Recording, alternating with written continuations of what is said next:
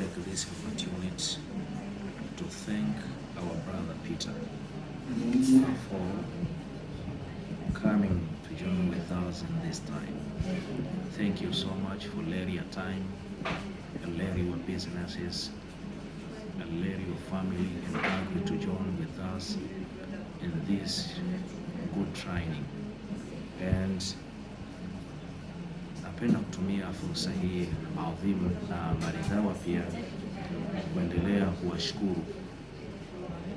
washiriki wote, lakini pia kwa sifa ya pekee niendelee kuwashukuru viongozi ambao kwa ujumla mmeacha shughuli zenu na mmeacha mambo yenu na mkakubali kuja kutupa mafunzo haya ambayo ni mafunzo ya haki za binadamu.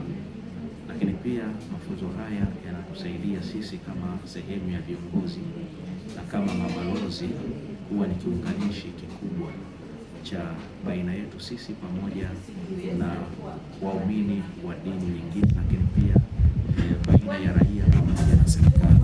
Lakini pia mafunzo haya yanatuwezesha pia kuweka ukingo na kuchukua tahadhari za kuziwia vurugu, misuguano pamoja na migogoro in our society kabla havijatokea. Lakini vile vile nitumie fursa hii kuwashukuru washiriki wote ambao kwa ujumla wenu mmeweza kuacha mambo yenu na mkakubali kupoteza muda wenu katika mafunzo haya. Mafunzo haya ambayo yamekuwa ni muhimu in our society, lakini pia yamekuwa ni muhimu kwa kutuweka kuwa vizuri.